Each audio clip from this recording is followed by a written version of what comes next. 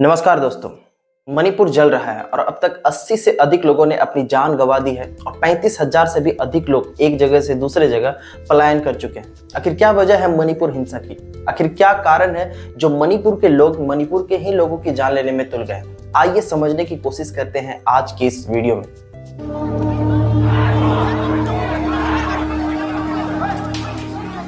मणिपुर हिंसा की आग में जल रहा है। मणिपुर की सरकार Rapid developments as far as the Manipur situation is concerned at ground zero after a brief lull. साल 1947 में जब भारत आजाद हुआ उस समय मणिपुर भी आजाद हुआ, लेकिन उसके बाद मणिपुर की सत्ता महाराज बोधचंद्र के हाथों में चली गई। वैसे मणिपुर भारत का हिस्सा साल 1949 में ही बन गई थी, लेकिन 1972 में मणिपुर को एक राज्य का दर्जा मिला। दोस्तों, आपकी जानकारी के लिए आपको बता दें कि मणिपुर में मुख्य रूप से 3 जनजातियां पाई जाती हैं: मैतेई, कुकी और नागा जनजाति। दोस्तों, एक बड़ी ही इंटरेस्टिंग बात है कि मैतेई जनजाति के लोगों की संख्या वहां पर 53% है, लेकिन ये पूरी मणिपुर के पूरे हिस्से के सिर्फ 10% हिस्से में निवास करते हैं, जो कि घाटी स्थल कहलाती है। और कुकी और नागा जनजाति की जनसंख्या 40% है, जो कि वो पूरे पहाड़ी इलाकों पर निवास करती है।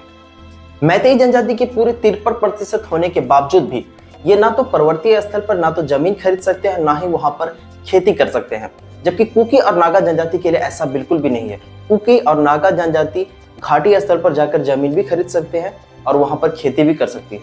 वैसे आपकी जानकारी के लिए आपको बता दें कि मैतेई जनजाति हिंदू धर्म से ताल्लुकात रखती है और कुकी और नागा जनजाति ईसाई धर्म से ताल्लुकात रखती है। आइए आखिर समझते हैं कि मणिपुर में हिंसा क्यों फैली। मणिपुर में हिंसा 2 कारणों से फैली। पहली ये कि मैतेई जनजाति को एसटी का दर्जा प्राप्त हुआ। एसटी यानी कि अनुसूचित जनजाति।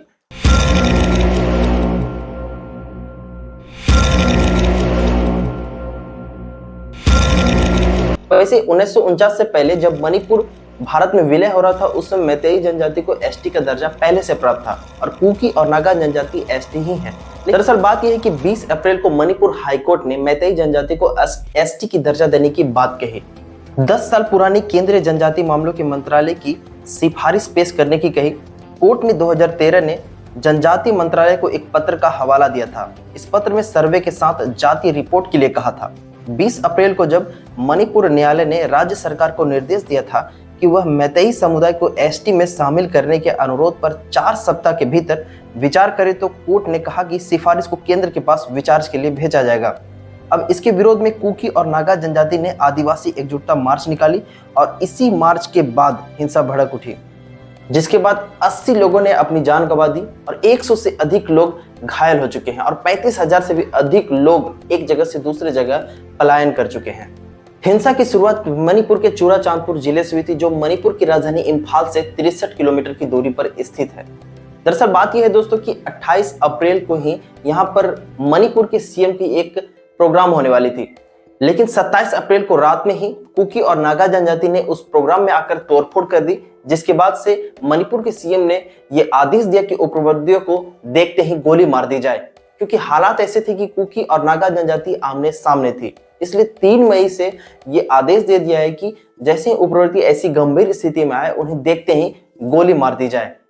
दोस्तों, यहाँ पर एक सवाल ये उठता है कि आखिर मैतेई जनजाति को अगर एसटी का दर्जा दे दिया जाता है तो इससे कुकी और नागा जनजाति को क्या फर्क पड़ता है? तो कुकी और नागा जनजाति ये मानते हैं कि अगर मैतेई जनजाति को एसटी का दर्जा दे दिया जाएगा तो वो उनसे उसकी जमीनें छीनेंगे, उन सरकारी नौकरियों पर भी धावा बोलेंगे, क्योंकि मैतेई जनजाति लोगों की संख्या सर्वाधिक है। क्योंकि आपको मैंने इस वीडियो की शुरुआत में ही बता दी थी कि मैतेई लोगों की संख्या 53% है और कुकी और नागा जनजाति की संख्या 40% है, और फिर भी ये मणिपुर के 90% हिस्सों में कुकी और नागा जनजाति रहती है, और जबकि 10% यानी कि घाटी स्तर पर सिर्फ मैतेई लोग निवास करती है। नॉर्थ इंडिया की 1643 किलोमीटर सीमा म्यांमार से लगती है, जहां 52,000 के करीब शरणार्थी पूर्वोत्तर के राज्यों में बसे हुए हैं, जिसमें मणिपुर के 700 शरणार्थी हैं।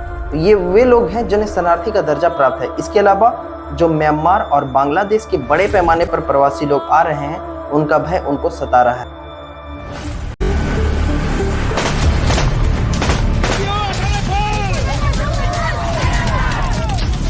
ये कुकी का घर है, यहाँ में आग लगा दिया।